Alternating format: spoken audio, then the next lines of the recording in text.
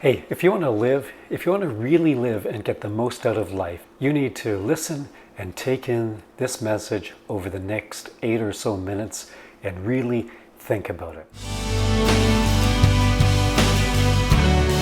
Hey, I'm Dr. Don Russell. I'm a psychotherapist specializing in trauma recovery. I'm also an author of the Trauma Treatment Companion and a presenter to audiences online and in person. And for the next few minutes, I want to talk about antifragility. Antifragility is a concept that's been around for a few years, but it's a pretty new and fresh concept. It comes from Nassim Taleb, and he wrote a book called Antifragile. It's a concept that when you hear it described, you'll go, oh, wait a minute, yeah, I understand, that makes sense. But his key thesis is that antifragility is an important concept, it's a key part concept, and it is a healthy concept. Let me illustrate it. I have in my right hand a wine glass, and if I was to drop this wine glass on the floor, it would break, right? It would break into 1,000 pieces because it is fragile. Now, so when you start to think about, okay, so that's fragile, that's a wine glass. So the opposite of a wine glass that's fragile must be a mug that is strong, robust, sturdy, right? So if I drop this mug, my beautiful coffee mug, on the floor, chances are it will bounce, it might chip, but it's not going to shatter into 1,000 pieces. So we tend to think, without being too careful in our thinking, that this is the opposite of this. And that's where our thinking is flawed. Because this is fragile, so you can think of it as having a deficit of a variable that we're going to name in a moment. And this is actually neutral. This doesn't have a deficit of this variable. What anti-fragile is being more than strong and robust and impervious. It's actually a quality of gaining resource or strength, if you will, from adversity. So if we had an object that if we dropped it on the floor, it would gain in strength, then we would have an object that's anti-fragile. So I'm going to put my wine glass over here and continue. I need to be careful that I don't drop the wine glass and I don't want it to shatter. There isn't really a good example of an object that is anti-fragile that if you dropped it on the floor, it would get stronger. But actually, you are familiar with several examples of anti-fragility in life.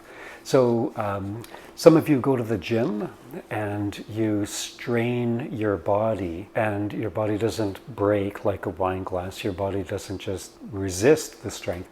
Your body actually gets stronger because you went to the gym and strained it, right? You did those push-ups, those lifts, and strained the body to make the body stronger. There's one example. Here's another example.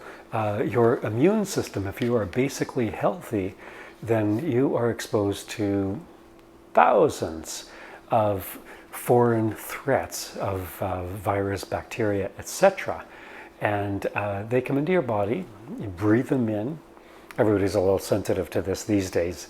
But actually, the truth is you take in thousands of foreign stuff. I'm not a biologist.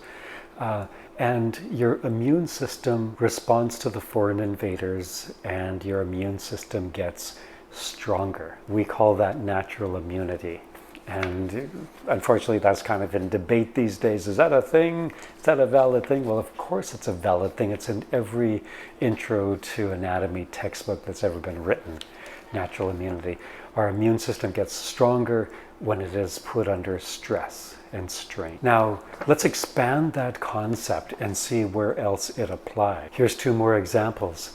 I'm told, I've never tried this, and I'm not going to try it, but the story is that if a child finds a cocoon and opens it up to help the butterfly escape, seems like the child is being kind to the butterfly, helping the butterfly to be free. But the story goes that that will actually impair the butterfly's life. It's actually putting the butterfly in peril because the butterfly actually needs the exercise of escaping from the cocoon to build strength in its wings. And if it doesn't have that opportunity, it will suffer and it will die a premature butterfly death. I've not tested that. Fire me a comment in the comment section. Let me know if that's true, if you are a etymologist. That's one example. Here's another example that, again, apparently kings in ages past who were concerned about their adversaries trying to poison them with cyanide would get the court chef to put very small amounts of poison into the king's food, thereby building immunity to the poison. So being exposed to the stress of a small amount of poison allegedly strengthens the king's protection against that poison. Again, fire me a comment in the comment section if you can either confirm or refute that story. It's a great story. I think it's true, but don't ask me. Shifting from those kind of more peculiar stories, here's two examples. Think of two examples, and this is from Nassim Taleb's book. He asks the reader to imagine two people who are working for a living. One person is a banker. They have employment at their bank. They've worked at their bank for 20 years and they get a salary of whatever numbers of thousands of dollars. The author would say that's actually a fragile situation. Well, and it'll become clear in a moment.